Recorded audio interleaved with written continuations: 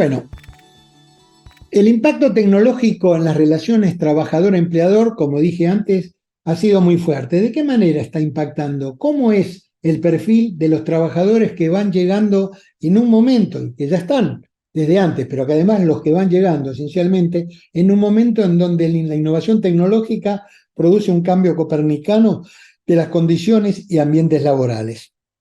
Por un lado, veamos los grandes títulos. Por un lado, se fortalece la deslocalización. Van quedando atrás las grandes concentraciones productivas donde convergían los medios de producción, los trabajadores a cargo de su funcionamiento y control, y los empleadores responsables de generar la oferta de trabajo y negociar en última instancia sus condiciones con los trabajadores. En su lugar, aparecen propuestas laborales de cualquier lugar del mundo, realizadas por empleadores mediatizados por las redes y muchas veces desconocidos, en un escenario laboral que es precario e incierto. El segundo concepto que aparece de trabajar es la desincronización. Nodos de una gran red que puede extenderse por cualquier parte del mundo, el colectivo de trabajadores tiende a no tener ni día ni noche. A contramano de los ciclos vitales, los relojes biológicos se acompasan, ¿o no? A un continuo sin principio ni fin, sin descansos ni tampoco tiempos para la reflexión. Otra característica es la despersonalización. Ciudadanos de una metarealidad intrusiva y distorsionante, los avatares, los dibujitos con los cuales nos representamos nosotros mismos en las redes, van supliendo a las personas y van ocupando su identidad y su rol social. Esto tiene que ver con las metarealidades que quieren imponernos algunos, en donde nosotros dejamos de ser nosotros mismos y formamos parte de una realidad virtual en donde se descompone el principio básico de nuestra propia identidad como personas. Finalmente, una última calificación. La psicología caracteriza a la pérdida del sentimiento de la propia identidad como alienación. Compañeros, yo creo que el resumen de esta manera novedosa que se propone de patronales invisibles y de otros factores de poder es la alienación del trabajador y la alienación en realidad del conjunto de la sociedad.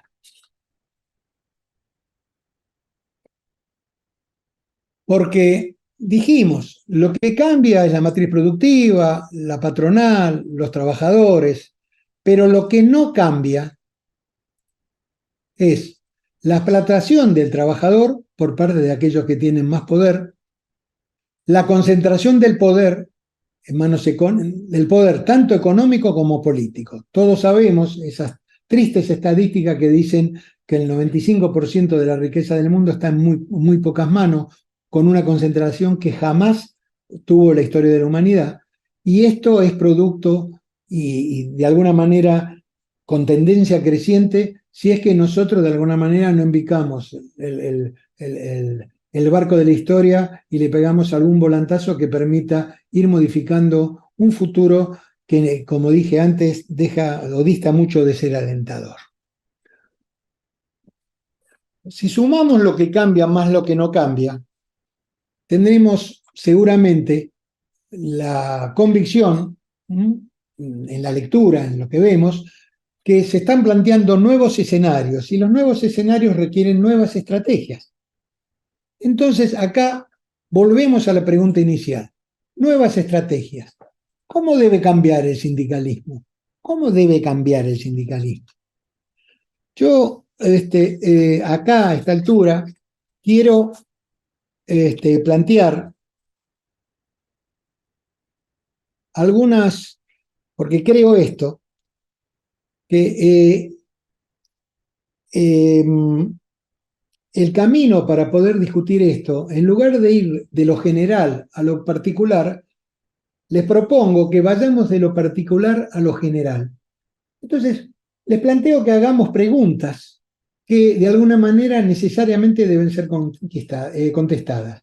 Yo, que ando bastante preocupado con todo esto que estoy diciendo, porque es lo que creo, tengo algunas preguntas que yo quisiera plantearlas acá en el taller y en el foro para que digamos lo que pensemos sobre estas afirmaciones. En realidad son preguntas que me hago a mí mismo y que en realidad quizás anhelo a que sean también preguntas que puedan hacerse ustedes y aporten su opinión de su experiencia laboral, de su experiencia dirigencial como dirigentes gremiales, de su experiencia de vida para ir sumando capital que nos permita formular este cambio de timón o pensar en este cambio de timón para que sea eficaz este cambio de timón y que vaya más allá de que la innovación tecnológica nos siga sorprendiendo y de alguna manera jorobando nuestros propios derechos conquistados a través de un modelo que lamentablemente o por suerte, no lo sé, pero indefectiblemente se está transformando. Entonces le voy a plantear cuáles son esas preguntas. Una pregunta que me hago es, ¿cómo nos vamos a vincular con los otros trabajadores y trabajadoras? Van desapareciendo paulatinamente los espacios que eran los lugares donde los trabajadores se organizaban. Las fábricas, los lugares. Cada vez hay menos personas ahí. ¿Cómo vamos a vincularnos con las otras personas que tienen la misma condición que nosotros? Son preguntas de las cuales no tengo respuesta. Justamente el trabajo nuestro es tratar de entre todos aportar lo que podamos para ir buscándole una punta a estas respuestas. Otra, ¿cómo integrar a la acción sindical al cada vez más grande número de trabajadores sin trabajo?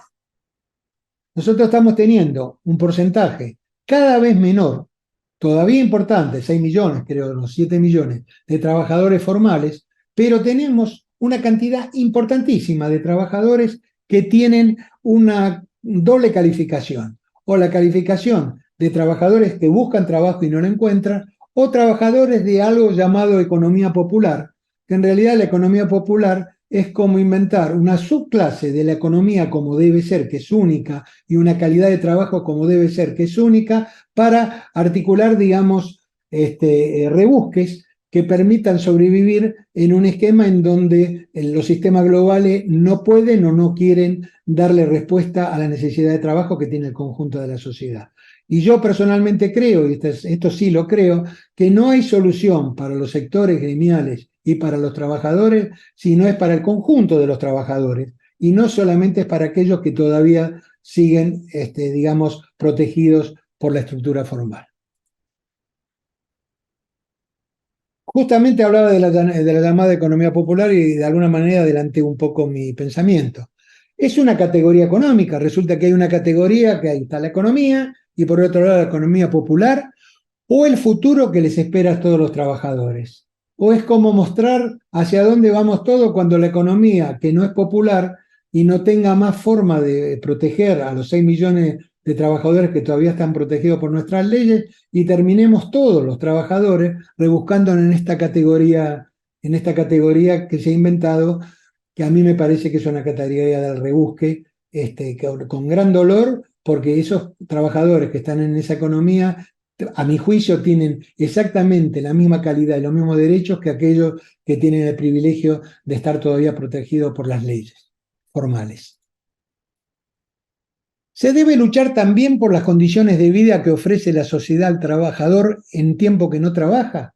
Una de las luchas que desde los franceses en el año 70, pero que nosotros hemos sostenido, es la reducción de la cantidad de horas de trabajo. Es decir, que la patronal le pague a dos por un trabajo que hacen dos y que ahora lo explotan haciendo uno, o pague a tres. Eso da dos cosas. Por un lado da una cantidad de horas de demanda de trabajo menor, pero por otro lado da más cantidad de horas libres a los trabajadores. Esas horas libres van a determinar la personalidad y la característica en un mundo dominado por un esquema tecnológico que no alcanza solamente al desarrollo productivo, sino que alcanza a toda la sociedad. ¿Es o no es una obligación de aquellos que defendemos, que intentamos defender los derechos del trabajador, ponernos a ser actores activos para marcar, para determinar las condiciones que una sociedad tiene que tener para sostener la dignidad de aquellos que además trabajan? Una pregunta. Y otra ¿sigue vigente la condición de actividad principal para determinar el perfil convencional de empleadores y trabajadores? Ustedes saben que nuestra ley determina una actividad principal digamos, desde el principio de la organización de nuestras leyes laborales, que plantea que todos los trabajadores de una empresa pertenecen a la actividad principal de esa empresa. Sabio proyecto. Ahora, hoy cada vez las empresas tienen una diversificación que hace más difícil determinar la actividad principal. ¿Sigue vigente esa condición? Si sigue vigente, ¿cómo se refuerza? Si no sigue vigente, ¿cómo se reemplaza? Para que cumpla el mismo objetivo que cumplió hasta ahora el objetivo de la actividad principal, que es encuadrar con firmeza a todos los trabajadores y no generar un gremio para cada una de las personas y volver, que es una tendencia, tenemos creo que como 5.000 gremios ahora, que es una tendencia que está viniendo incluso en la Argentina hoy, y terminar como estuvimos digamos, al principio de la historia, discutiendo cada uno, siendo uno mismo el gremio de uno y discutiendo cada uno con la única patronal sin los principios básicos de la fraternidad y de la cooperación, que son la base de los movimientos de defensa de los derechos de los trabajadores. Bueno, básicamente es esto lo que quería plantear.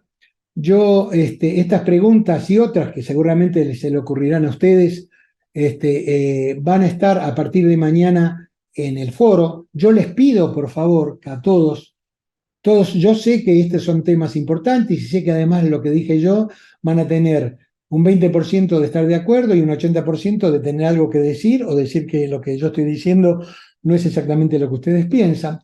Vuelquen toda esa tarea dentro del foro. Nosotros, tanto Melissa, que es la moderadora, como yo, que voy a seguir activamente lo que se va desarrollando, vamos a estar atentos para esto, a ver si logramos entre todos poder, de alguna manera, poder construir un documento que sea un catálogo de dudas que nos permitan a todos nosotros conversar con aquellos que tienen que preocuparse de estos problemas y preocuparnos nosotros mismos para ver si logramos de alguna manera influir en el desarrollo futuro de los derechos de los trabajadores.